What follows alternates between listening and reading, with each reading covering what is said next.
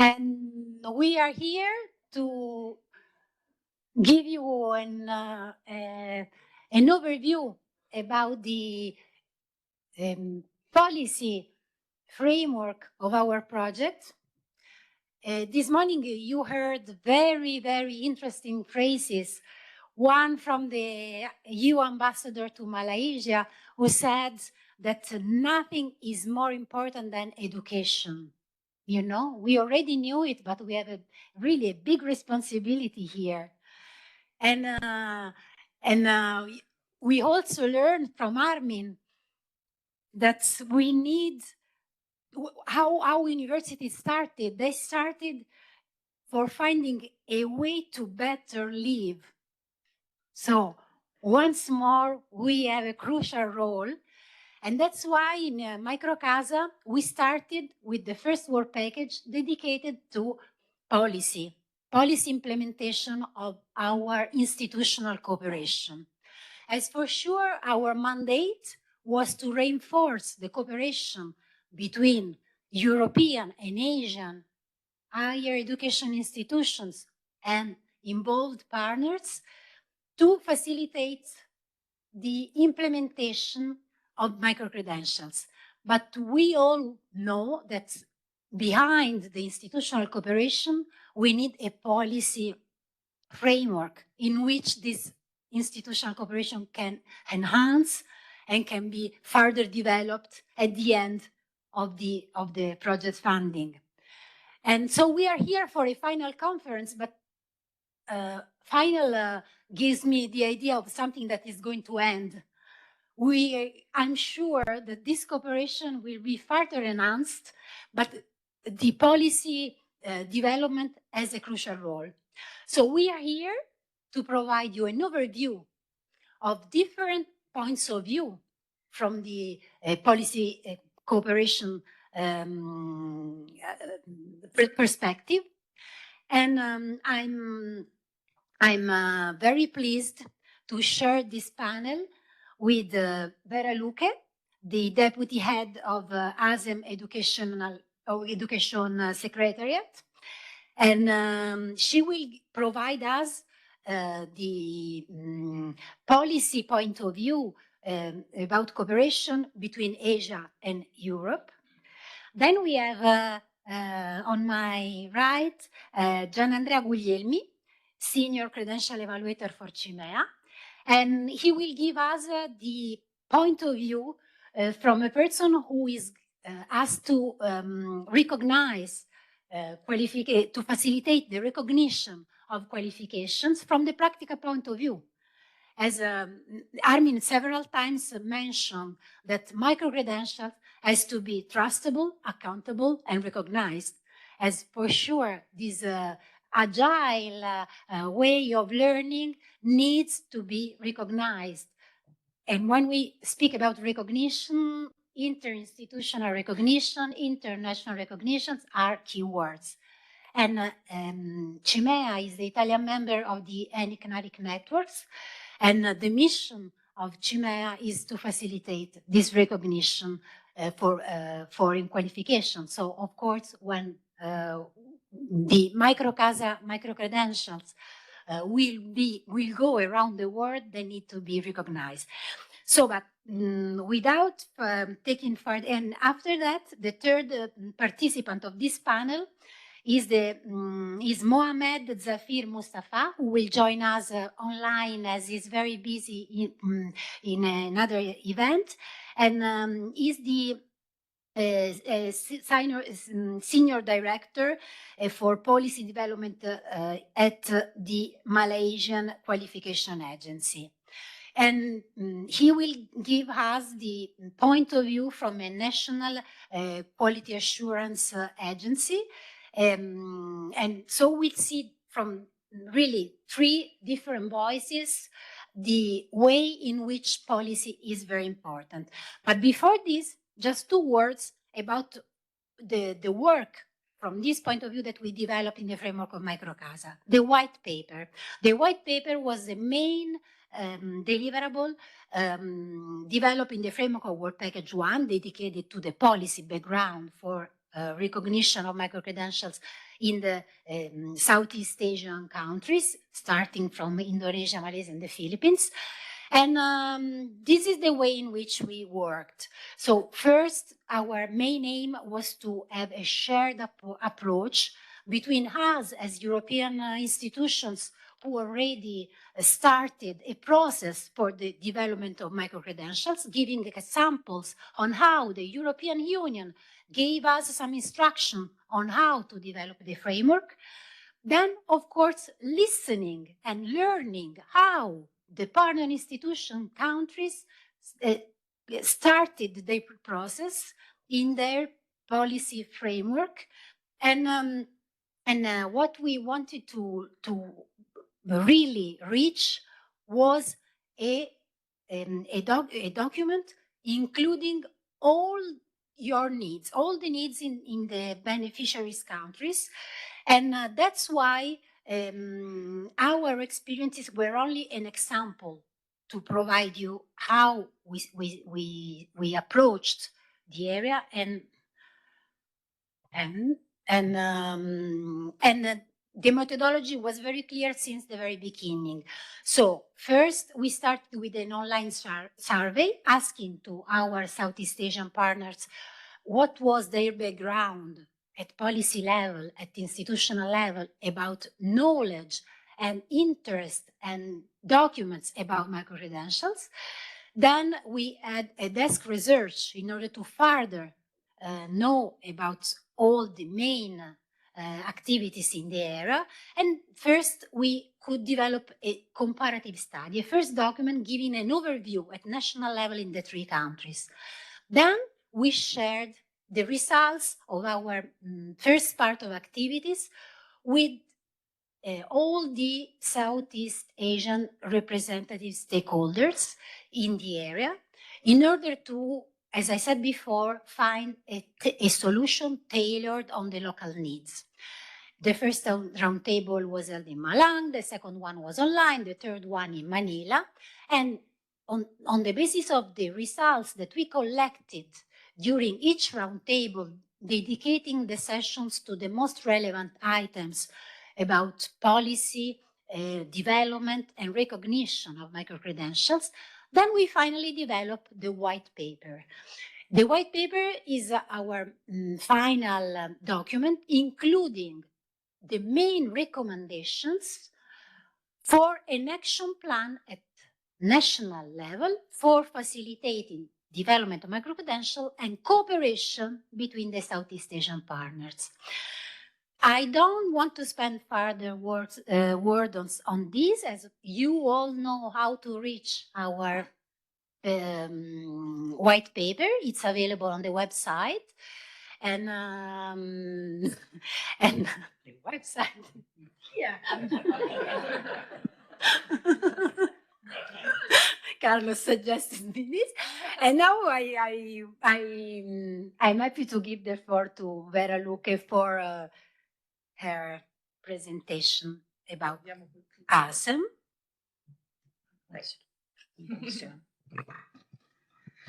Thank you very much for handing over. Let me try if it works. Otherwise, yeah. I click at the No, okay. Okay. Okay, so first of all, I would like to really thank the University Science Malaya for hosting this final conference, for inviting us here. Yeah, it was really a really good organization, and I would like to thank all the project partners for the impressive work that you have done. I've learned a lot myself in this, in a little bit looking at this project. I wasn't really participating that much, but seeing your outcomes is very impressive. And we saw before in the video that you have organized a lot of activities, a lot of project activities, a lot of outcomes. So really compliments for your work. I would like to quickly introduce what the Asia-Europe meeting is, and then the Asia-Europe meeting ASEM education process. And I would start by letting you know that the Asia-Europe meeting that you probably all know, since 1996, ASEM has been a unique informal platform for dialogue and cooperation between Asia and Europe, bringing together 30 European and 21 Asian countries, the European Union and the ASEAN Secretariat today. Of course, the members have grown in the years, so it's quite a long process already. The Asia-Europe meeting is based on 3 pillars. It's the political pillar, the economic and financial pillar, and the social, cultural, and educational pillar. So the ASEM education process is within the 3rd pillar.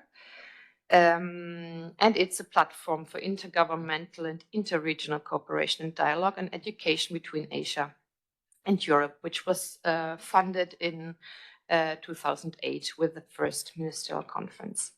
The Secretariat rotates and between countries and is currently in Rome, Italy. That's why I'm here for the Secretariat. At the beginning, it has been in Germany, then it moved to Indonesia, then it moved to Belgium, and now we are having it in Italy. This gives, of course, ownership to the process, to the different countries.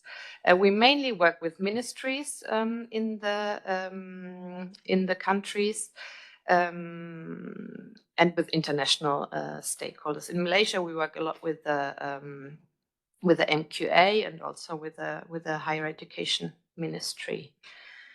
So on the slide, you can see the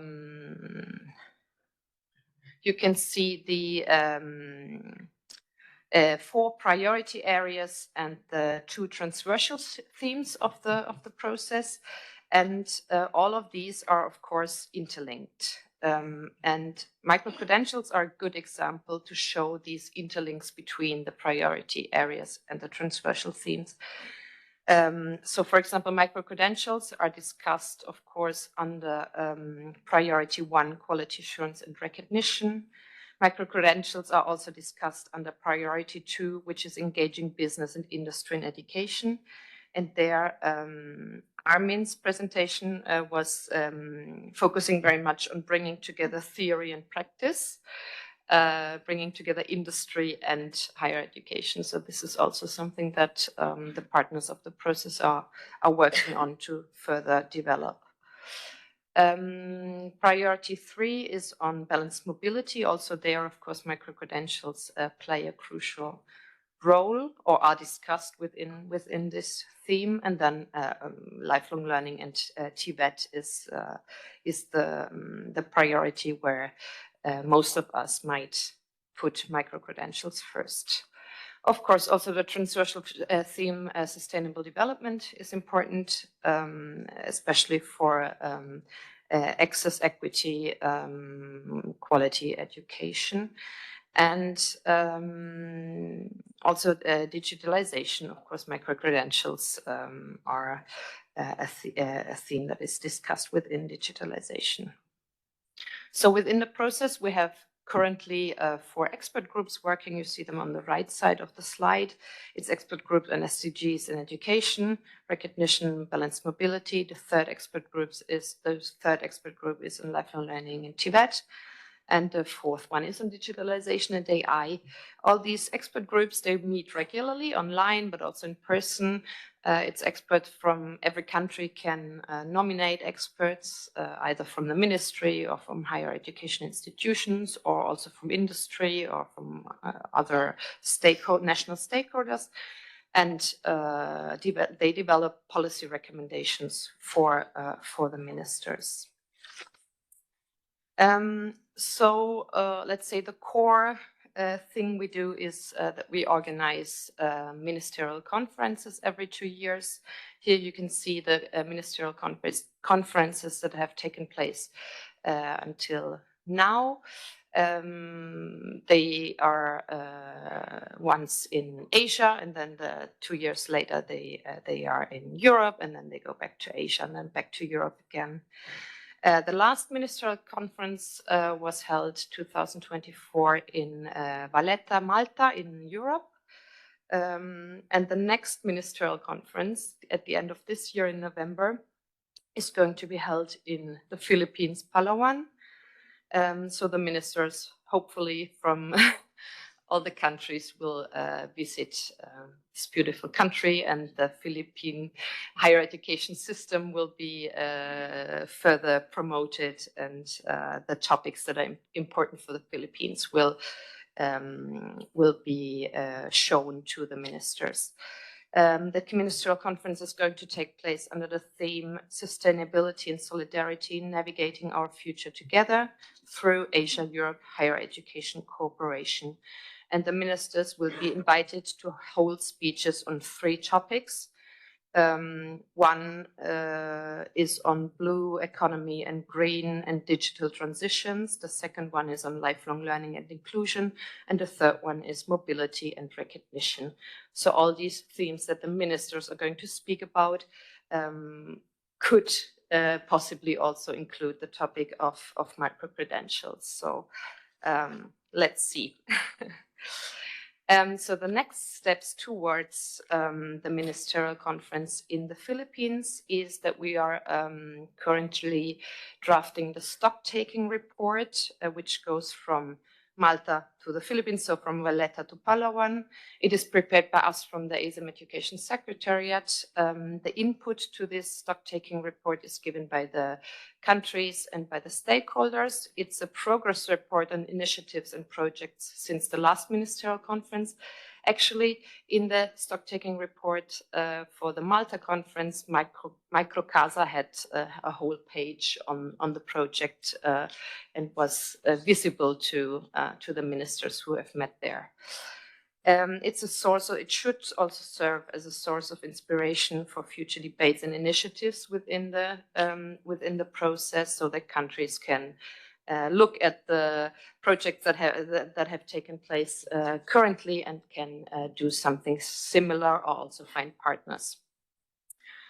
The other, or the most important outcomes document of the ministerial conference are the chair's conclusions. It's the policy document coming out from those ministerial conferences. It's adopted by the ministers during the ministerial conference. In this document, the ministers acknowledge and appreciate the initiatives and activities that have taken place and underline important themes and topics for Asia-Europe cooperation. There's a drafting process throughout the whole year, and input and feedback comes from countries and stakeholders. So your project outcomes are very important and have an influence on this policy document. And I'm quite confident that the next chair's conclusions will focus more on micro-credentials, as it's a topic that is very much discussed. So I'm actually here to listen to you, to learn from you, and to take the takeaways back to those documents that we are producing. The hosts would like to also do a declaration from the ministerial conference on the topics that are important for them. So concerning, as I was asked to speak about policy and micro-credentials within Asia and Europe, of course, they are very much discussed and defined within the process. In Europe, it's mostly the Council recommendation that is the basic discussion document, but there are also micro-credentials are also quite important in becoming more important in the communiques of the European higher education area, and also in several recommendations within the within the Bologna process higher education area documents. What do I want to say? And also, these recommendations are coming out from peer support mechanisms that are there in the European context and working groups. In the Asian context, the policy on micro-credentials, or like to my knowledge, micro-credentials are a little bit discussed are within the ASEAN, where the chairmanship at the moment is in the Philippines. Last year it was in Malaysia. So in the conferences that have taken place, micro-credentials had a role somehow. In 2024, the ASEAN and the CIMEA-NARIC. The CIMEA-NARIC, you might probably know, it's the Southeast Asian Ministers of Education Organization.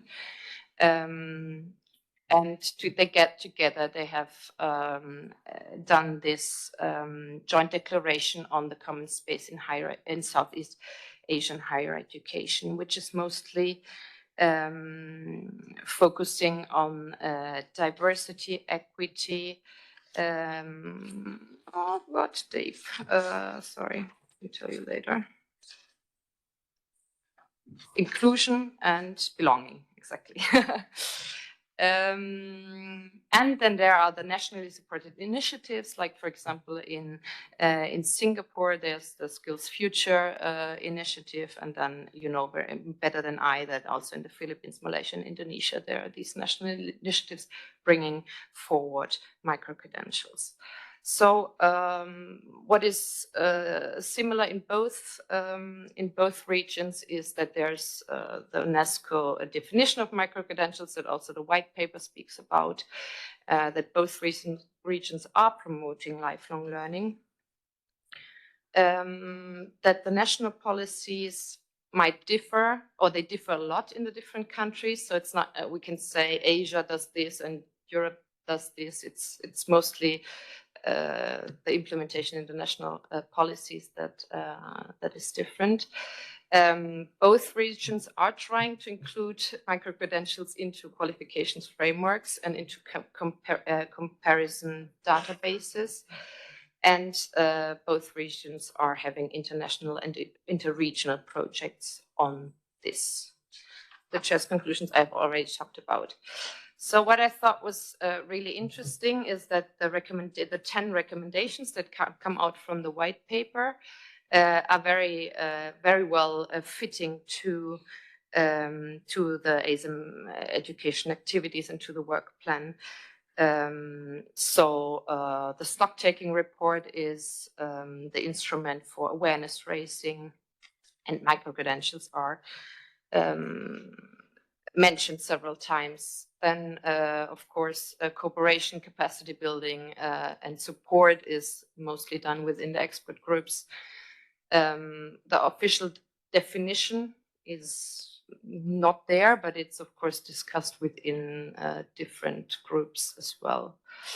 The part about the providers would probably mostly link to priority 2, learning, but also to priority 1 and priority 4. Then the learning outcomes play a role, of course, in mobility recognition and other parts as well. Quality assurance fits very well to priority 1, and accessibility to the sustainable development. Recognition, of course, has a whole group for itself, but it also has an influence on mobility and the other priorities. And artificial intelligence has been added to the digitalization group. So thank you very much for having elaborated those 10 recommendations for the action plan to adopt micro-credentials. And yeah, we within the Secretariat are available for further cooperation and also to help you disseminate your outcomes to the different channels. So I will stop here and hand over again to Manuela. Thank you very much. Thank you very much. It's clear that we have a strong cooperation framework for further develop the cooperation between Asian and European Union institutions and countries more than institutions, so at policy level. And now I give the floor to Giannandrea for knowing more about recognition of micro-credentials from the technical point of view.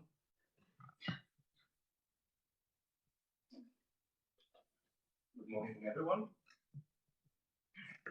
Good morning, everyone. First of all, I would like to thank University Saints Malaysia for hosting us these 2 days. And I will talk about recognition of micro-credentials. what does recognition actually mean? Recognition is building bridges between different educational systems. Our educational systems are different. There are differences that are based on our academic cultures, our historic background, and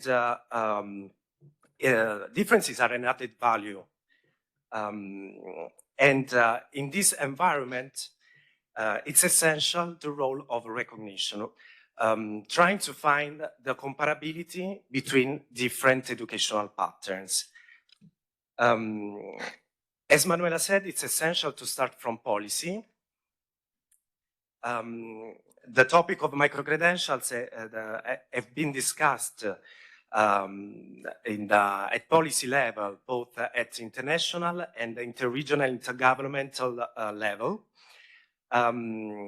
such as in the European higher education area, or in the Southeast Asia, in the ASEM education process.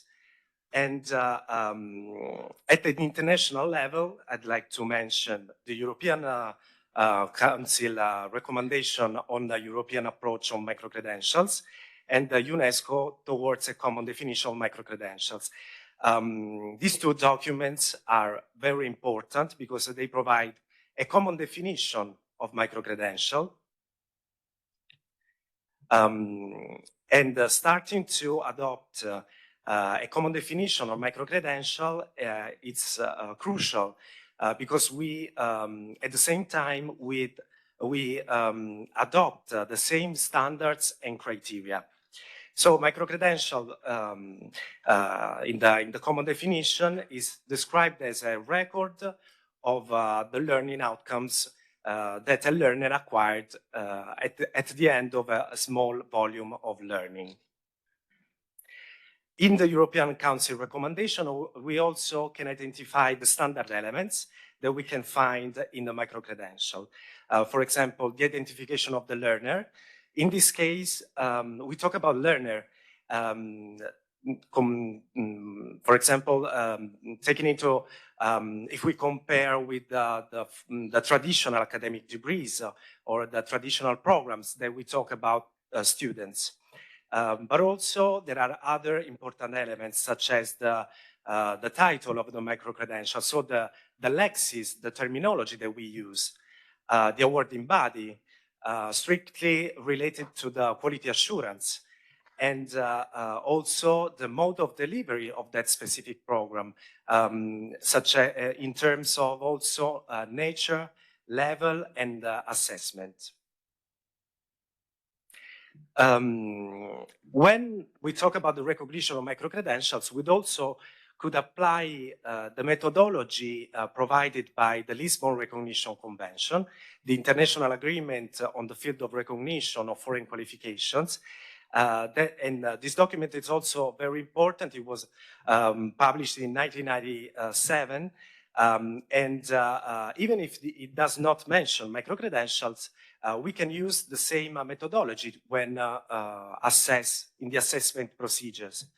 Of course, there are also differences when we talk about the purpose of recognition, comparing with academic degrees. But still, we can apply a methodology in line with the Lisbon Recognition Convention. In the application of the methodology, we have to take into consideration several elements. The formation source. Here, especially the primary sources, the national sources are essential. It's important for countries to provide information regarding their educational systems. Also, also in relation with the national qualification frameworks, for example, or the quality assurance procedures and the quality assurance authorities involved in the accreditation of both institutions and programs. Also, we can refer to international sources that we consider as a second ones, but they are still very important because they are based on international cooperation. And through the capacity building projects and international cooperation, we can also provide very important tools such as database information provision tools that are essential when assessing a foreign qualification or certification, both in case of traditional programs or micro-credentials in this case. Another important element is related to the documentation. The documentation in the evaluation procedure is essential. We have to analyze the documentation in original language. We have to verify and analyze the final qualification. And in this, also in this topic, digitalization plays a key role because, as we know, micro-credential is designed to be also portable. The learner must be able to share the micro-credential with third parties, with institutions, with employers. And also, digitalization is crucial for the verification of authenticity. So the learner must be able to share in a transparent, secure way the learning outcomes obtained at the end of the micro-credential program to employers, institutions. Regarding digitalization, it's also important to mention the online platforms that issue micro-credentials, and also, as always, was already mentioned before, artificial intelligence. Artificial intelligence specifically for the development of micro-credential programs. When we apply the methodology in line with the Lisbon Recognition Convention, the first element that we have to take into consideration is the terminology. When starting an assessment and evaluation procedure, we have to analyze, as I said before, the documentation in original language. Translations can be used as a supportive documentation. And also here, for example, in the case of micro-credentials, it's essential also to adopt the same terminology, the same lexis, because adopting the same method, the same definition, we at the same time adopt also the same criteria, the same standards when we talk about micro-credentials. Another important element is the name of the qualification certification, because it gives us immediately information regarding that specific program. We can all immediately understand if it's a more professionally oriented, for example.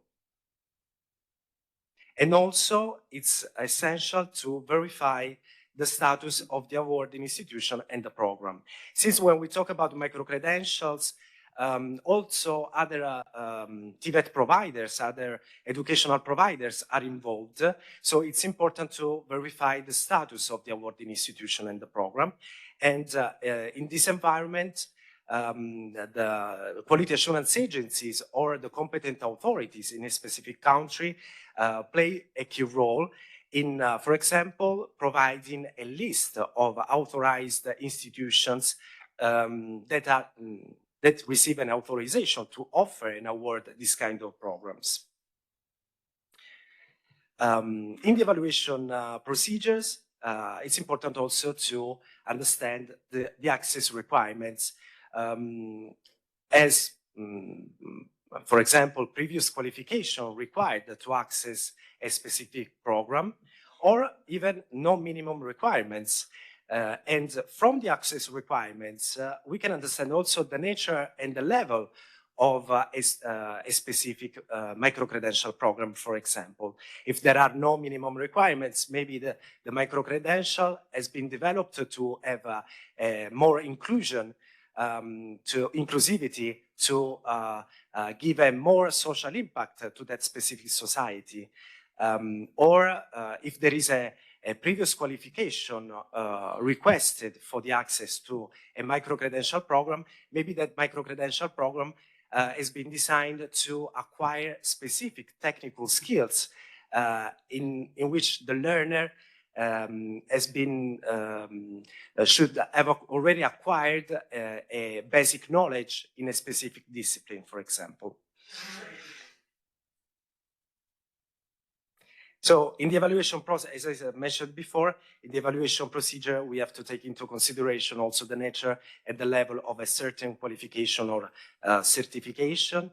And it's essential to provide information regarding our national qualification framework, for example, so that in the recognition procedure, we can understand which are the official qualifications that belongs to that specific educational system. Also, the duration of the course and the credits are other elements that we have to take into consideration during the evaluation procedure. And all the program must be learner-centered, and the learning outcomes must be assessed. Of course, trying to find also a standardization in terms of credits or in terms of duration can support the recognition of a micro-credential certification between different educational systems. That's all for my side. Thank you. Thank you. Thank you, Giannandrea. And thank you as you introduced another very crucial topic, digitalization, that is strictly related with micro-credentials and with the importance of digitalization in every national policy is growing faster and faster. And we have, of course, to think about it when we want to further develop micro-credentials at policy level. I should kindly ask you to stop sharing, and I'm very glad to see that Dzafir could join us online. And I would like to give you the floor, please, to provide us your point of view from the MQA.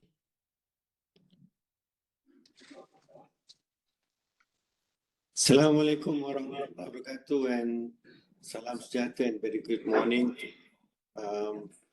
of our moderator, Manuela, fellow panelists, Vera, and also Giannandrea, and also everyone joining the session. Must apologize, cannot be there. Finished to be online only. Thank you very much. It's an honor to be part of this session, and of course I'm trying my best within these 8 minutes to share on our perspective, and first of all, I think I would like to start with based on the premise that micro-credential is being offered on open market and based on various purpose as being designed for.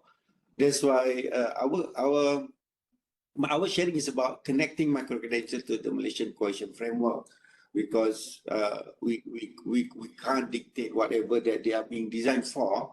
Only then we only have the perspective that we are facilitating some of them who have the real merit to be part of the Malaysian cohesion framework, and later on facilitated to get towards awarding of qualification. So it's about facilitating of trust, recognition, and mobility. Next, capturing to the sentiment from the discussion itself. It has been an interesting moment for us all over the world about the shifting the traditional to more, I think, post-normal, where curriculum need to be complemented, but not substituted with just-in-time competency in response to industry disruption. So the traditional mode as that we have some has its own advantages, but there are the changes all over the world. I think recognize that there is other complementary intervention for all the changes. So from our side, the MQF second edition 2024 specifically has inserted the keyword of flexible learning pathway promoted by the UNESCO since 2018 as to recognize learning outcome acquired from formal, non-formal and informal learning, irrespective of time and place, and making the education system to be highly permeable, avoiding dead end in the pathways. From our side also, MQA have made a bit of changes in terms of vocabulary. Credential no longer micro. We're also looking into the meso. Meso is medium scale, where several short courses being packaged into medium size of credential.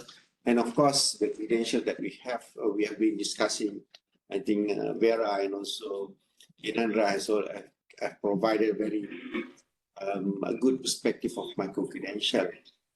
So this is basically, I think the three box at the bottom is basically what it's the macro, meso, micro is all about. And I think the interesting part from this new vocabulary is about addressing a more sophisticated way in terms of unbundling our qualification, rebundling some of them into meso type of qualification, and also might be micro-credential itself can be a rebundling of our curriculum.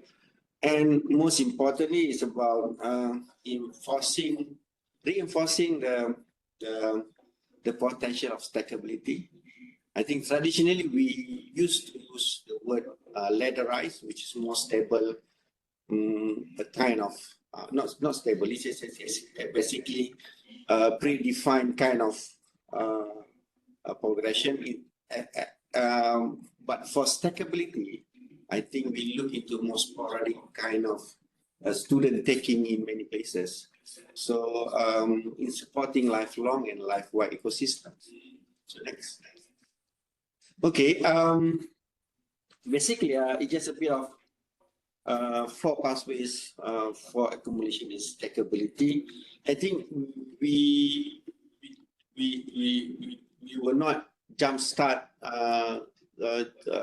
to 2020 in terms of connecting micro-credential to MQF. We have started with accreditation for credit transfer at the subject to subject kind of treatment based on informal and non-formal learning and also work experience.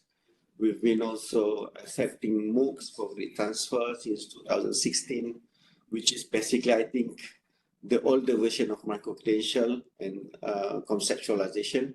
And then later on in 2020, where we produced micro-credential guideline of good practices, which led to the unbundling of many of our accredited qualification from certificate, diploma up to doctorate by coursework. And later on, we published 2020 standalone micro-credential, which is not part of our accredited program, but need to be actually to offer quality assurance mechanism so that there's a trust being given to the unit of learning. And we know that some of them are taking micro-credential in open market, but they don't have any normal typical qualification to access. So we introduced a guideline to purchase accreditation of learning especially for micro-credential. So the unbundling that we are offering in our system has 4 facets, 4 types. The number 1 is basically unbundling of micro-credential. This is basically the simple one. So one learner is taking all the program from one institution. I received information in 2023. There was one graduate already finished their master's using this the pathway 1. And pathway 2 is unbundled micro-credential from multiple higher education providers or consortium in 2023, there was a memorandum of agreement between 5 universities establishing a consortium in terms of offering several masters, and they are basically exchanging their students and curriculum, so the students can have the opportunity to go between all these institutions and get one qualification from one universities. So the other one is standalone micro-credential. This one is the one that is not part of the accredited program, really need for some kind of quality verification, and MQA has been providing this quality verification center at the early stage now, and we hope that it will be progressing smoothly later on. So pathway number 4 is about UPLM, facilitate higher education access for learners with accredited micro-credential, at least 50% operating credit, but lacking formal academic requirement. I think as similar in other part of the world, to get into bachelor program, you need A-level equivalent of qualification. To take master, you need a bachelor.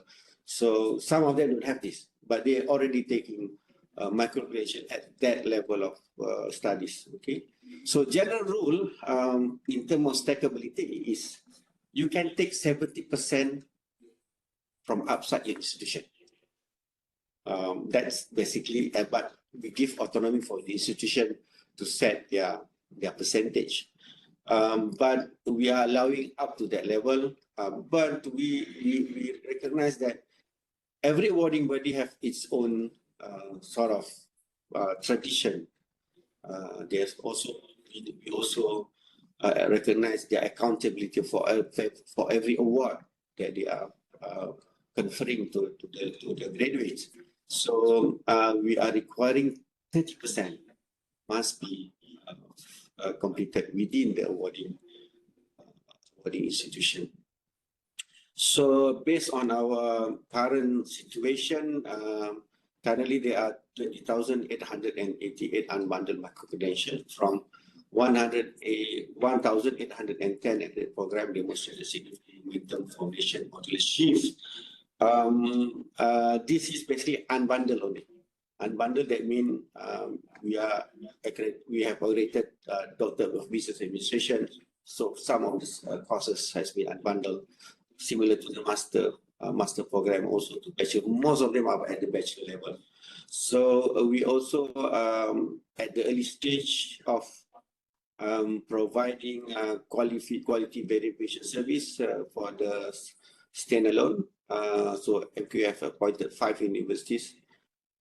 We hope that this will be going to be progressing in the near future. Next. I think I would like to touch also on this part. It is important in terms of to make micro-credential taken by learners have a significant value.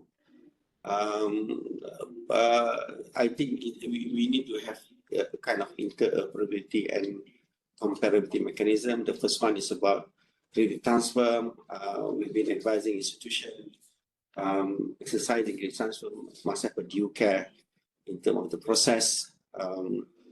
And also MQA itself providing the flexible entry and integration element, whereby there are 2 parts. That means the system is allowing the learners to get in and get out whenever, not as basically as the way they please, but also at the depending on the regulation of the institution.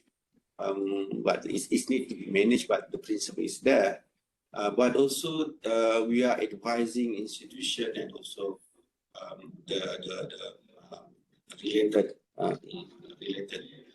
organization then to maintain parity graduation standard remain anchored in national norm.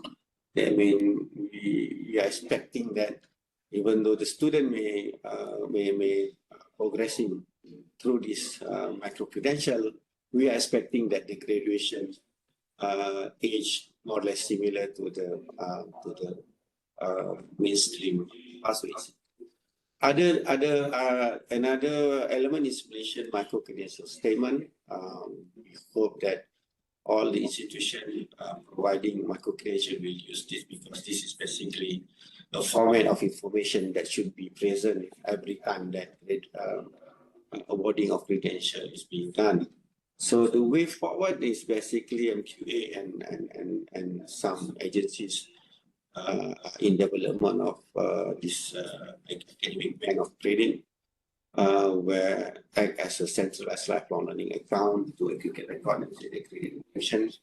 And basically, it become a trust facilitator for the learners in terms of the accumulated credential that they have, and facilitate for them to have a better chance to get graduation from maybe a qualification, bachelor or master, whatever possible from the system. Next. Okay, I think I'm not the best person to review on the MICROCASA because I'm not part of the study, but it has a very, it's provide a very insightful, something that insightful that to ponder on. I think positively, I think there's a high enthusiasm of micro-credential, only that we think it's outpacing the infrastructure because it's not sure. In terms of education, I think 5 years is quite very at the early stage of to make things happen, to end mature. And also there's a risk of unregulated expansion because when the hype is there, but the capacity is not yet there. So there can be a risk on unregulated expansion. On the team, the transition phase, I think yes. I'm not the issue because I think the understanding on what is micro-credential is about is, I think, a bit universal in terms of the size of learning, in terms of, but I think for Malaysia, I can't speak on on behalf of Philippines and other countries in the ASEAN, but I think from our side, we are clear on that. Other than that, it's about building trust by verification. As this is what has been done from our side, but I think it's very reflective in terms of the finding of your study. The operational challenges is about bridging the digital gap. Of course, I think the best way for micro-credential to sustain most of, this is my personal, most of the offering is on digital platform to outreach to as many students as possible. If you have providing a system online but reaching only 10 or 20 students is not viable and not sustainable. I think bridging the digital gap will be to make I think the intervention to be sustainable in the long run. And another thing I think is further that investing in people, developing skill, expert empowering institutions to transform traditional subject into engaging digital-first learning. And I think there must be a kind of TOT in terms of how to handle this at the institutional level, because flexibility must come with discipline. It's not flexible because flexibility without discipline is basically chaos. But flexibility with discipline is what makes it sustainable, and we can have trust on that. I think I stop there. Thank you very much.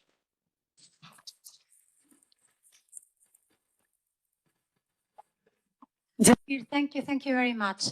You said I'm not the best expert in MICROCASA, but I have to say that MQA was one of our best supporters for the implementation of our main documents. And of course, we collected a lot of contributions from your institution in order to have an open mind approach. As you mentioned in your presentation, of course, when we speak about micro-credentials and the inclusion of micro-credentials in a national system, we need to open our system to somehow a sort of flexibility in the establishment of a flexible tool. As Giannandrea said before, when we have national systems, we have several and different traditions, and so cooperation can be difficult in some cases, but I think we are the result in which different contexts could generate a very good cooperation. And I have three main policy takeaways after this speech. And I have to say that first, what I learned, and I would like to share it with you and collect your feedback. Please give your comments to what you heard in this panel. My first understanding is that if we want to make micro-credentials effective in the different contexts, of course, we need to further reinforce our cooperation. We can say that MICROCASA worked very well, so cooperation between Asia and European Union countries was successful. So we have some very relevant frameworks of, thanks to the current policies in the framework of ASEM. We need to develop the policies taking into account that digitalization is another relevant priority in every context. So if we want to further develop the policies on micro-credentials, we need to reinforce at the same time and digitalize our systems at institutional and national levels. And as a third lesson, what I learned is that, of course, we need an open-mind approach in making rules and in including in the micro-credentials in our systems, as it's the only way to facilitate their future recognition. I would like to further ask some few things to our panelists. And starting with the framework between European Union and Asia, and I'd like to ask to Vera, where European Union and SIA countries approach on micro-credentials converge?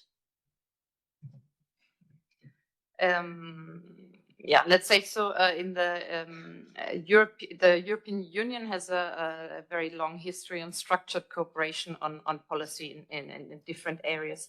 And 30 years ago, when the Bologna process started, the systems were very different. And so when the countries were kind of asked and forced to change the systems radically and to implement some really new structures, higher education institutions were resistant also to change.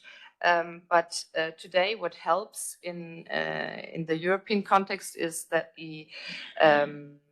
the policy coherence is there in many parts. So, for example, the common credit system, the ECTS, makes it today also easier to put the micro-credentials into the system. And in Asia and Southeast Asia, the credit systems are not so aligned because of the influence from different regions of the world into the higher education system. So that would be, let's say, a difference between the two regions. But of course, in both regions, the countries there are more developed. There are countries that are more developed in micro-credential implementation, and countries that are less doing on micro-credentials at the moment. I think what is the same in both regions is that all are still struggling with and discussing about and thinking about how to go forward. There are instruments that can help. For example, the Global Convention, which can be applied to both regions on fair and transparent recognition. And also transparent communication on micro-credentials is something that both regions do and attempt to do, and which helps to make them usable, which is the thing that everybody wants probably. You don't want to do something that you can not use either in the same country to get a job or to further do further studies. So that's probably where the policy that is already there, and national policy is already there, and some is a bit more defined, others a little bit less defined, but it's there, and yeah, all are working on this. Thank you very much. So you mentioned a lot of materials, challenges, maybe difficulties, but no obstacles. Good practices, just good elements, I should say. And I also have a question for Giannandrea. What risks arise if micro-credentials scale without a policy context?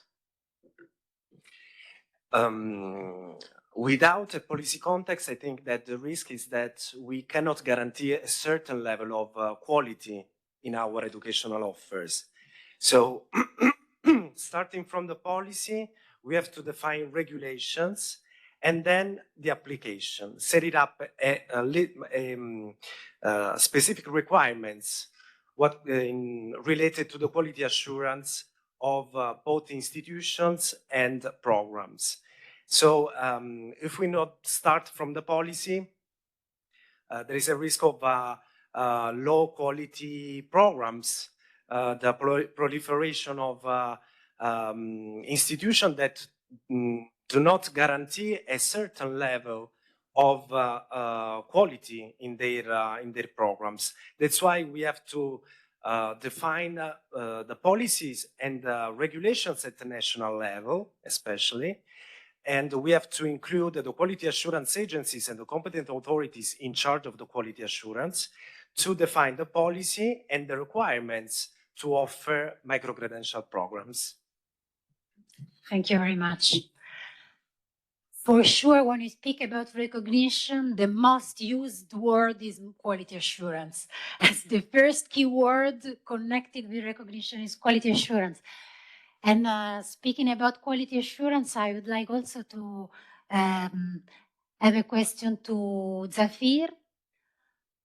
Dzafir, That's well, yeah. when you look at the white paper recommendations, the main funding of our projects at policy level in terms of recommendations, in terms of future action plans, which findings are the most urgent for you, for policymakers?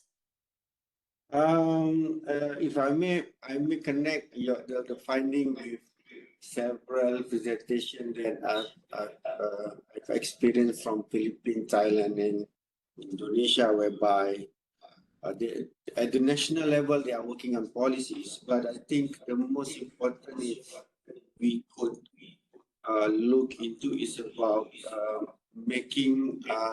I think the deficit on the awareness of the micro-credential even at the institutional level in the region. I think if we want to make it move faster, all levels need to be aware of this micro-credentials, because if you are not aware, you will not make an attempt, and then you will not make an effort to make it doable. And key to this is because when institution is not aware, they will not attempt, and the learner who is the last beneficiaries of all these systems might get affected in terms of it's being delayed. But I think it should go parallel, whereby every countries need to strengthen their policies and later on for the institutions to start engaging idea of micro-credentialing in higher education. Because I think this is micro-credentialing have this big global movement now because of the post-normal time and looking into, because we're gonna experience we have alpha generation and now we have beta generation is going to be at higher education in 15 years of time, and might be micro-credentialing might be one of the solutions of this generation. Thank you very much. Thank you. Thank you. And thank you also for mentioning the learner. As when we speak about policies, we often forget about the main beneficiary of them. And it's the learner, of course, the micro-credential holder. And now it's your time. Please give us your feedback for those of you who could read the white paper. If you have some feedbacks on its contents, or if you want to say something about or give your contribution for us for the future of micro-credentials in your countries, please.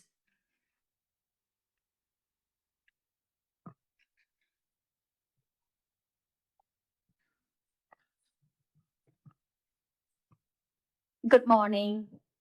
Good morning. I am Ravikun from Phnom Penh International University, PPIU in Cambodia. And it is my great privilege to be invited by the organizer of MICROCASA and also our colleague from the EMPM. And my rector here are presenting our university, and we are very keen to learn more about micro-credential and the credentiality of micro courses. In Cambodia, the term micro courses and micro credential are still new to us, but we are lucky to join a project, European, the CBAG project, and we were able to design micro courses aimed for to make them all become micro credential very soon at our home university. My question addressed to all the organizers of the MICROCASA as well as the European expert here presenting in this room, whether MICROCASA has any plan to further work or further develop, exercise their activity in other countries. For instance, like the dissemination or capacity building of relevant stakeholders in other countries, like in Cambodia.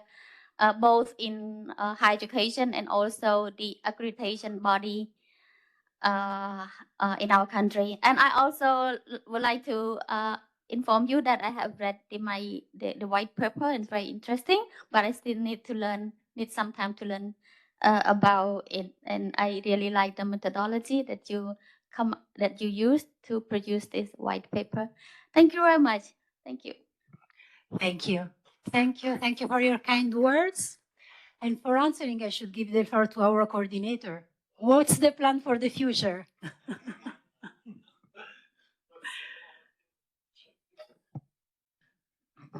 Oh, thank you very much for handing it over to me, Manuel. I thought after your wonderful presentation, you're the one to answer this. But the path for the future, I would say, is really to expand among the willing and the interested and the reasonable, and that's not self-evident in these times. I think that that there is a real chance to shape the future of the university in the respective countries. Just we need to acknowledge that there are different trajectories and different velocities and different intentions, directions. But in terms that there is change and that micro-credentials play a part in that, that's, I think, true for across the board, so to speak. So in this sense, I think we need to kind of try to make this more and more visible. And as I said, and this might sound a little bit, how to say, harsh, the change also needs to be supported from above, and that takes always a bit of time and perseverance. But yes, so presidencies need to be on board, and also the national educational policies need to be on board. And this will not be easy because there is how to say, there is also there are contrasts. They might, and that they need to be addressed and resolved in some way. So I'm sorry, I cannot actually arrive at oh, this is the answer to this question. There are more question marks coming up while I'm speaking. But the fact that we are here together, thinking together about this, I think that is the path that we are on. Yeah. So some more patience and moving further in this direction. Manela, you could have answered this much better than I did. Thank you, Armin. Our coordinator can speak about our future. Now, of course, I'm joking, and I'm sure that somehow we will continue, and other countries are welcome in our cooperation for sure. I'm very sorry to tell you that for time constraints, we need to close this session, but we don't want to close the dialogue. So please, now we have the lunch break. Is it right, Razia? Not yet, sorry, but we can continue our conversation during the lunch break.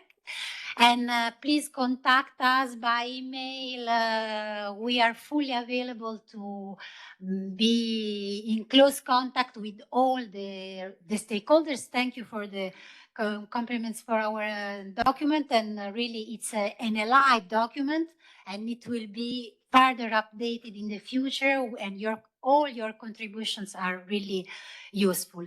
Thanks to all our panelists. Thank you very much to Razia, Sounds Malaysia, and I'm very sorry, Dzafir, that you cannot be here with us, but thank you very much for your contribution. Thanks to all that are connected online, and let's continue.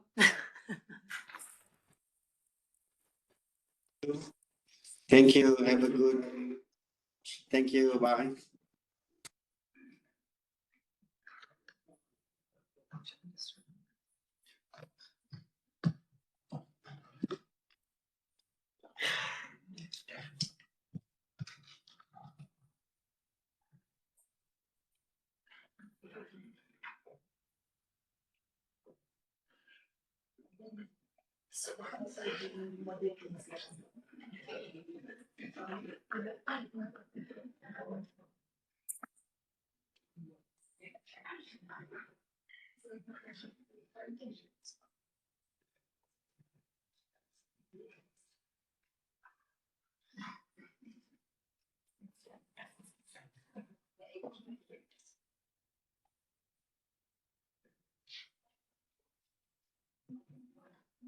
Thank you very much, everybody. We proceed with our next session, which is Industry Talk. So it is my pleasure to introduce our next speaker, Mr. Adam Brimo, the founder and CEO of OpenLearning.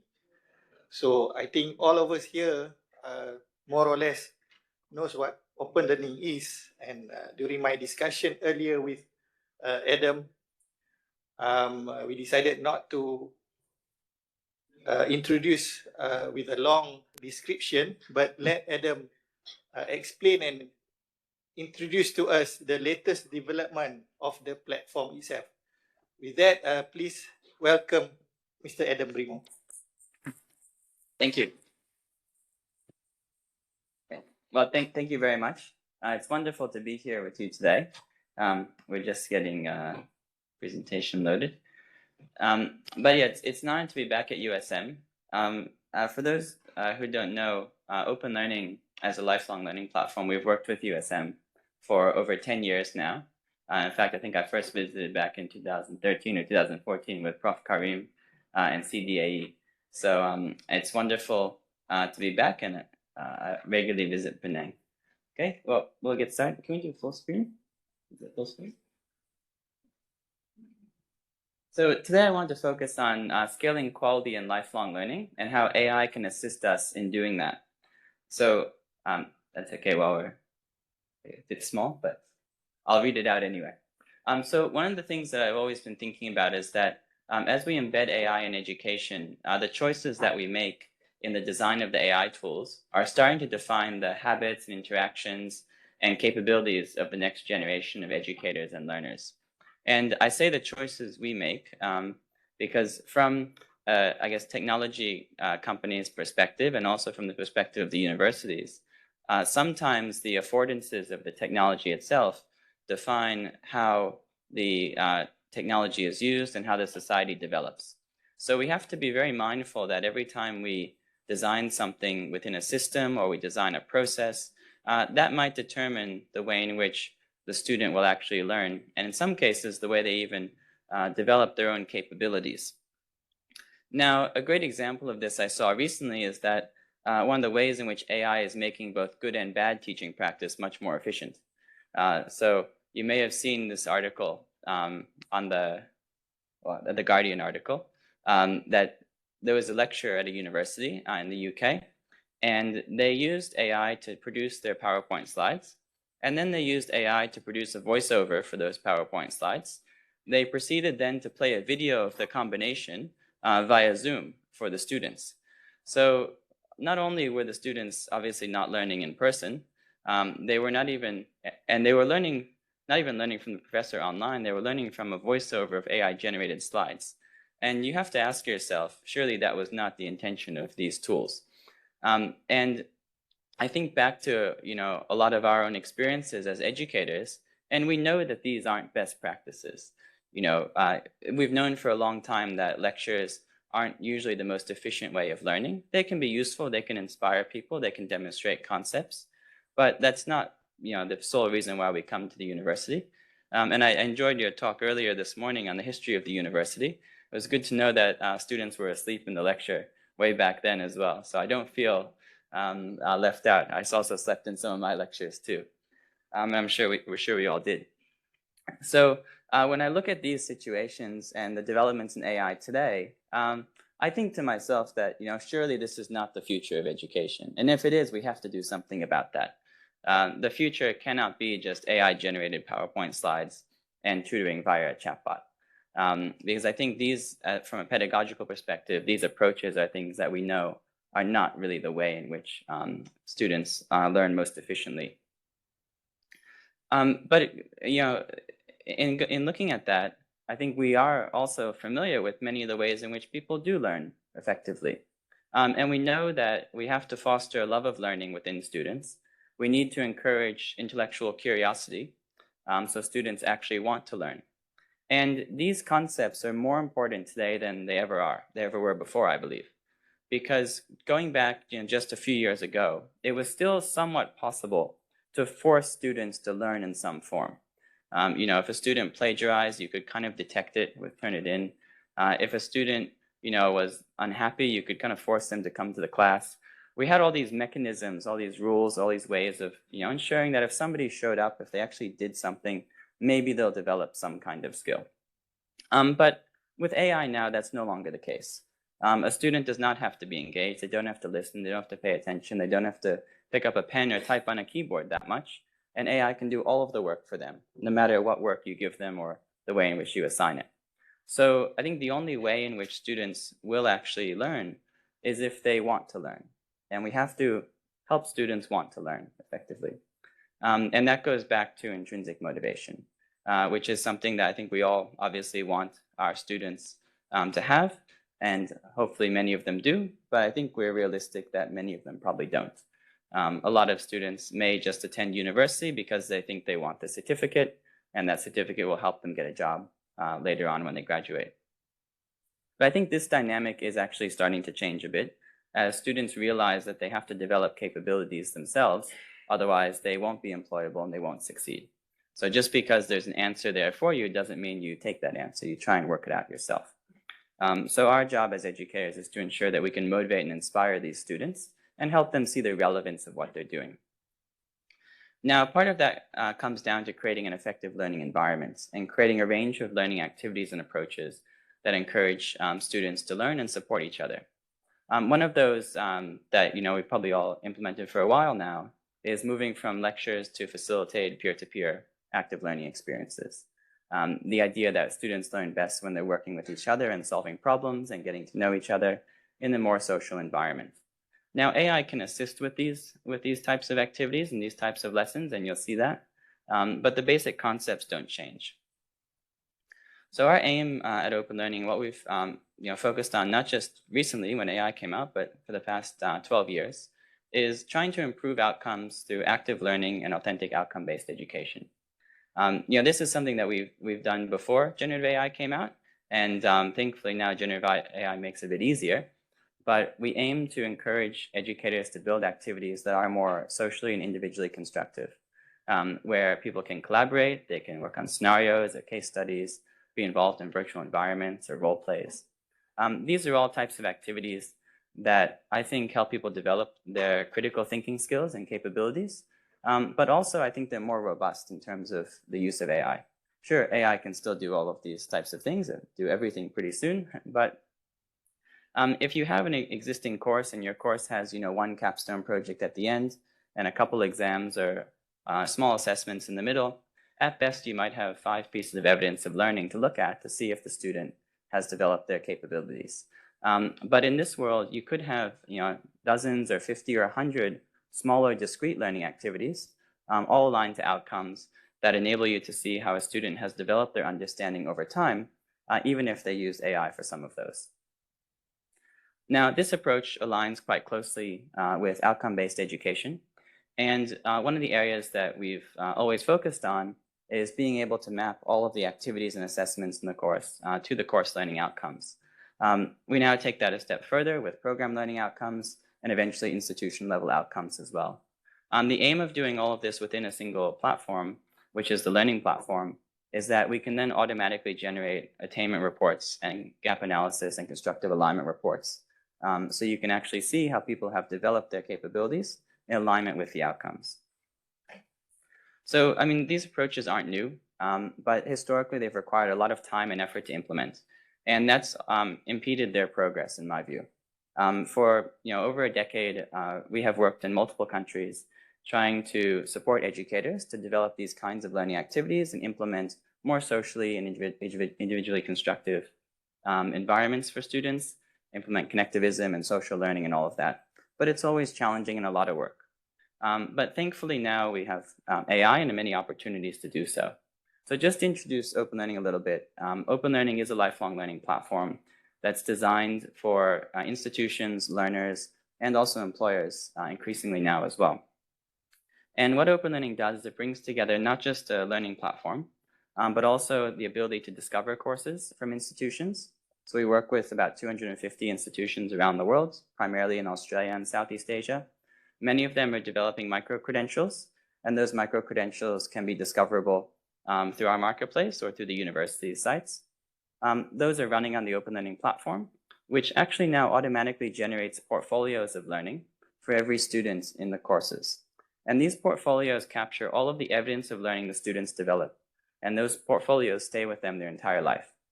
And the next area that we're working on is talent search, where we'll enable employers to search through this database of portfolios to find people based on the skills they've developed, rather than just the certificates or the degrees that they hold. We know people search on LinkedIn for employees. We do that as well. But it's hard to discover someone if they don't have any experience in the field. So the best thing to look at is how they develop those skills. And that's what we're doing with talent search. So we started off at OpenLearning in 2012 as a MOOC platform. And as a MOOC platform back then, around the time of Coursera and edX, we started out of Sydney, Australia, in partnership with the University of New South Wales. So in Australia, we had OpenLearning and UNSW. In the US, we have Stanford and Coursera. So on the other side of the world. We've been working in Malaysia since about 2013, 2014. And we're honored to support the Malaysia MOOC program, which was the world's first and largest nationally coordinated MOOC program. But over the years, we've expanded OpenLearning from MOOCs to micro-credentials, to online degrees, and to LMS today. And we're honored to work with so many institutions across Australia and the region. We do work with institutions beyond, including a few in Europe, but I must admit it is a bit far for me to travel, so I don't get over there as often. So our aim at OpenLearning is to really link teaching and learning through to graduate outcomes and provide all the tools and support along the way to achieve those goals. Now, the portfolio is a very important component of this because we believe that if there's more transparency on the learning process and students see the relevance of what they're doing, then they're more likely to be motivated to continue learning. So these portfolios automatically capture everything a student does in their course, whether it's an assignment or an activity, assessment, all mapped to learning outcomes. And the student can keep this portfolio their entire life. It's hosted on OpenLearning, it's free, so nobody has to pay for it. And it captures all the evidence of learning across multiple courses. So they might take a course, a micro-credential from USM today, a course from UNSW tomorrow, a course from UP Manila next week. And all of that data can go into the same portfolio. The student can then share with their employers, family, and friends. And today there's already millions of portfolios on OpenLearning. And every month we see tens of thousands of people sharing those with employers.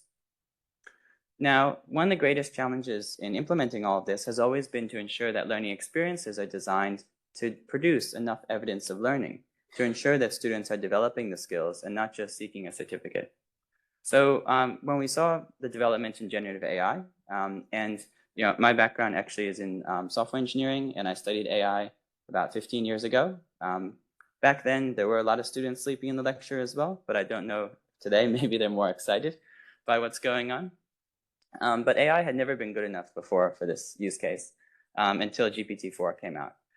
So that allowed us to implement a whole range of tools, and I'll show you some of those briefly today, including the ability to build courses, activities, assessments, content, images, facilitation and feedback, and much more. Now, our approach to AI at OpenLearning is focusing on empowering educators by providing suggestions across all aspects of course design, delivery, and assessment. We believe that humans should always be the decision makers, and the tools in the platform are designed to implement best practices with minimal prompting required. The idea is that we're not providing a chatbot, we're providing pre-built AI tools that implement best practices that you'll want to use in the classroom. These tools are designed with privacy and security in mind, and we don't provide these directly to learners. They're for educators to build and run their courses. I think students have no trouble finding AI tools. We don't need to give them any more. And if this is done well, we believe that generative AI will actually increase the quality of education and result in better outcomes for learners. And we're already seeing that. Educators, despite the best intentions, as we all know, we don't have time to do as good a job as we always want to do. And sometimes we know we have an idea in our mind for the course or the activity or the scenario, and we just don't have time to write it down. So AI can definitely help. Now, since we rolled out these tools in OpenLearning, the usage has grown obviously quite considerably, except in December, when people seem to take a break from building and running courses, I guess, in most places in the world. But we work across many countries in Asia, and Australia, Malaysia, and the Philippines are the largest, and Indonesia are the largest countries that we work in. But we're seeing significant increasing use of these AI tools across all the institutions we work with. So one of these is our AI course builder, which is designed to accelerate best practices by helping you build a course in a structured top-down learning design approach, starting with the course objective through to the outcomes, the course structure, the module structure, and all the content and activities inside. Now, that includes about 27 different taxonomies and frameworks you can choose from. For example, when you first start building the course, you start with the course objective, and you specify some information about the audience for the course. Who are you teaching? Is it going to be adult learners or basic education? What's the tone that you want the course written in? What's the language you want the course written in? What's the duration and structure? From there, it can produce a course objective for you, and you can fill in additional information or upload documents, help it inform its decision. If you already have an objective, you can enter that in yourself. Then when you move on to the next step, which is the learning outcomes, if you already have your own learning outcomes, you can enter those in. Otherwise, you can choose from a set of about half a dozen, a bit more taxonomies. Bloom's taxonomy, solo, project-based learning, social-emotional learning competencies, dimensions of knowledge. So these are the types of taxonomies that many institutions will use when coming up with their learning outcomes. So you can select one, customize it a bit, and then it will generate well-structured outcomes aligned to that approach with tags that will then be used to map to your content and activities. The third step is producing the structure of your course. There you can choose your framework, things like backward design, competency-based education, curriculum, spiral, subject-centric, thematic, and more.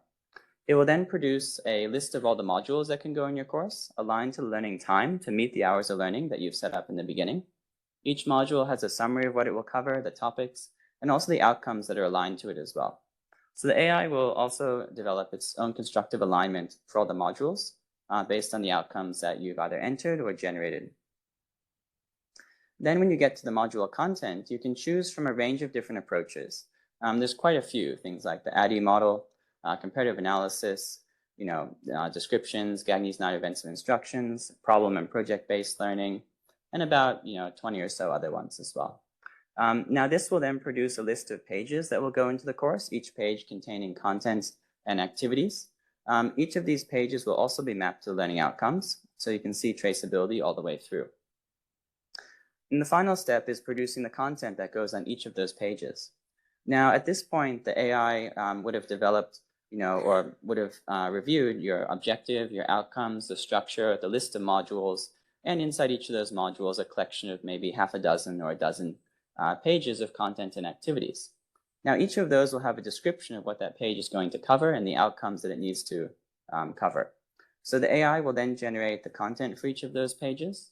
It will then generate the open-ended formative activities. It can generate summative activities and assessments as well. And the approach here is that the educator is involved at every step of the way. If you don't like the direction it's going, you change it. You don't even have to use the AI for everything. You might just use it for certain components. And the aim of this is to make it possible for the educator to be in charge and involved of the learning design process, almost like giving every educator their own learning designer who also is somewhat of a content expert. Now, you can also use the AI tools to enhance existing content. Probably can't read all of that, but there's a whole range of different activity and content types that you can generate, including a range of formative activities, from icebreakers to role plays, to project-based learning, tutorial exercises, assessments, and much more. You can also generate all types of content from case studies to explanations, mathematical equations, and proofs. And the way these templates are designed is that each one behind the scenes has quite extensive prompting developed by our team of learning designers and engineers. And it's because at OpenLearning, a lot of our team have experience in education. We have a learning design team. We run training workshops for educators on a regular basis. So rather than asking every educator to write their own prompt every time they want something, we just produce these prompts. We make them templated so you can customize them. But that way, all the heavy lifting is done. And the exciting thing is, through this experience, you discover new approaches to learning and learning design as well. I mean, when we started producing these, I didn't know all of the different approaches that we were including, but other people on the team knew some that I didn't know. So this approach is one of discovery as well as implementation. On top of that, we have tools for facilitating the courses as well. These tools will help you generate more authentic and active community engagement amongst the students. So you can choose whenever a student posts a comment or submits an activity or assignment, you can use the AI tools to respond to that comment or provide feedback to the learner. Again, we have a set of probably over 30 different types of responses that you might want to give, depending on the context and the approach. Everything from fostering more engagement to answering and expanding, giving contextual feedback, and quite a bit more. Now, the cool thing about these approaches is that the aim of the AI tools here is not to answer a question or end the conversation. It's actually to continue the conversation. So some of these AI templates will actually understand who else is in the conversation and what other students have done in the course, and it will tag those students in its response. So if one student asks a question about something, it may give partially an answer, but then it could tag another student and say, Jennifer, what do you think about this?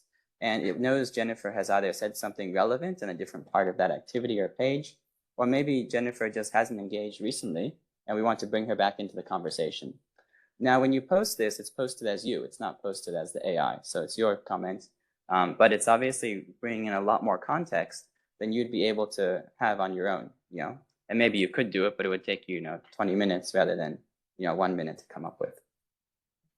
Now, these tools will also provide contextual feedback within activities. So in the platform, people can, share something, see each other's work, comment on it, and discuss in a peer review kind of model. But you can also provide direct feedback to students there as well. And here the AI will have a range of templates for you to choose from. The AI will also be able to analyze the students' work, not just text, but also images and documents as well, and generate relevant questions to ask the student about their work. This all feeds into the outcome-based assessment system in the platform. So what excites us now is that really there's a world of possibilities with generative AI. But these possibilities, I'd say, only exist if we think about the best practices that we're trying to implement. The simple use case of a chatbot is interesting and it's nice. Like we probably all use ChatGPT or Gemini or DeepSeek or whatever it is on a daily basis now. But if you're trying to produce something more complicated, longer form, with a lot more structure, it's difficult to do that in a single chatbot or a single session. In fact, the context windows in most of the large language models don't even allow for that to occur. And if you do put too much context, they get confused. So these tools that we built in the platform keep track of the structure of the course, the flow of the course, and they try their best to ensure that there is continuity and flow, but you're still there as the educator and it's still your course. Now, there's a lot of things that we're still working on here. Many of these tools include ways to enhance learner connection, provide better contextual feedback, a holistic view of the student's attainment and experience across the entire course, and formative assessment and marking as well. So this year, we have our work cut out for us. The tools we have been pretty cool so far. We've got lots more stuff coming, but there's a lot more possibilities out there as well. And one last thing I'll share is that in our aim or our goal of ensuring that educators can develop better and better courses, we'll also be introducing our own standard for the way in which we review the learning design and structure of courses as well. Within the OpenLearning marketplace, we review courses before they're published. We don't review the content, we just generally look to make sure it's set up correctly. But we want to start differentiating between courses that are implemented from a learner-centric view to ones that are more passive learning and more content delivery. So we're coming up with a standard based on the data that we have in the platform and our experience over the past decade working with hundreds of institutions and educators to look at the ways in which the course is achieving the outcomes, the level of engagement that the course will encourage, and the impact that the course is having on the greater society or on the market. And for that one, we'll look at employment or entrepreneurship or societal impact. We'll look at engagement. We already have a framework we call the 5 pillars of social learning, which we'll be looking at to measure interaction. And we'll look at the outcome coverage and the constructive alignment of the course as well.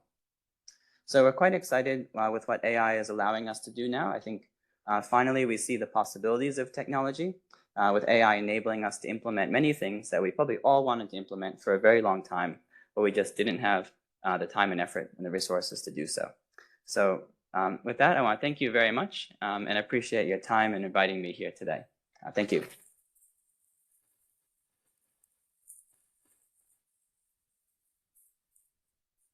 Thank you very much, Adam.